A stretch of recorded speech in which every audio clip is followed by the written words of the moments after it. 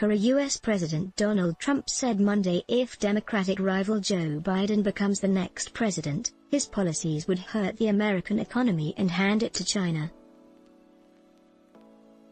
If Joe Biden becomes president, China will own the United States, and every other country will be smiling also, Trump told a White House news conference marking the U.S. Labor Day holiday, less than 2 months from November 3, the U.S. election day.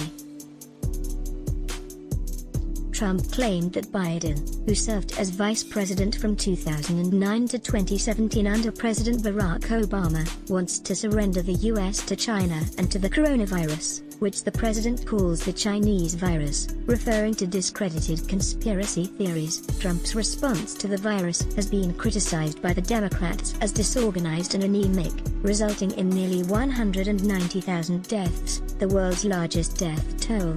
I have taken in billions and billions of dollars from China and given much of it to farmers, manufacturers and the U.S. Treasury, said Trump, referring to a trade war with China resulting in tariffs on goods paid for by U.S. consumers. It targeted our farmers and I targeted them. I gave $28 billion to our farmers. There has been no country anywhere at any time that ripped us off like China has. He added, "We'll prohibit federal contracts from companies that outsource to China, and we'll hold China accountable for allowing the virus to spread around the world." He added, Trump claimed Biden's economic policies would cause tax increases of trillions of dollars, ending economic growth and resulting in total contraction.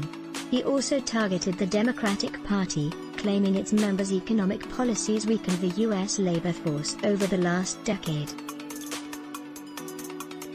You spent 47 years sending American jobs to China, Mexico and other countries, while collecting millions of dollars in campaigns and super PAC contributions from global corporations and got rich by making American workers poor, the president said. Pledges returned to growth, saying U.S. economic growth was strong before COVID-19. Trump predicted that next year the U.S. would return to its unprecedented prosperity with pro-American policies via new tax cuts, regulatory reductions, and new trade deals. Since the global spread of the virus, the U.S. economy lost around 22 million jobs between February and April, but recovered half of this since May. The world's largest economy currently remains 11.7 million jobs below its pre-pandemic level in February. Trump argued that the U.S. economy saw the smallest economic contraction among Western nations, and added, "We are rebounding much more quickly from the pandemic." The U.S. economy added just 1.4 million jobs in August, according to the Labor Department on Friday, down from 1.7 million added in July.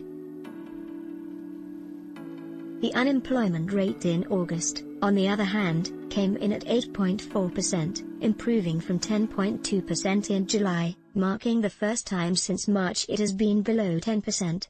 We are currently witnessing the fastest labor market recovery from any economic crisis in world history, Trump told, adding that unspecified projections indicate there would be a V-shaped economic recovery. Trump and U.S. military hitting back from a crisis in which multiple administration sources reportedly said Trump referred to fallen soldiers as losers and allegedly disparaged military service. Trump said, "I'm not saying the military's in love with me, but the soldiers are." He added, "The top people in the Pentagon probably aren't, because they want to do nothing but fight wars so that all those wonderful companies that make the bombs and make the planes and make everything else stay happy, but we're getting out of the endless wars, you know how we're doing." Last week, citing anonymous source, The Atlantic magazine said that during a 2018 visit to France, Trump called off a visit to a cemetery near Paris where America's World War I dead are buried, because he did not respect those buried at the site. "Why should I go to that cemetery? It's filled with losers," Trump told senior staffers at the time, according to the magazine.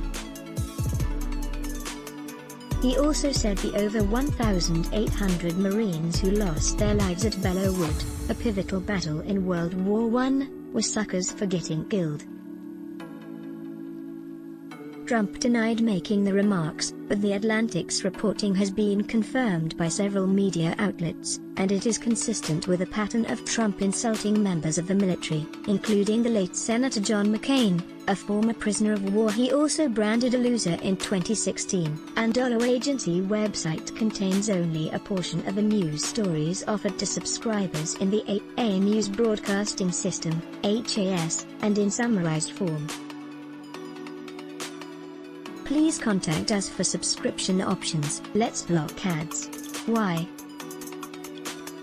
Show your love for him. Click the link in description. Thanks for watching.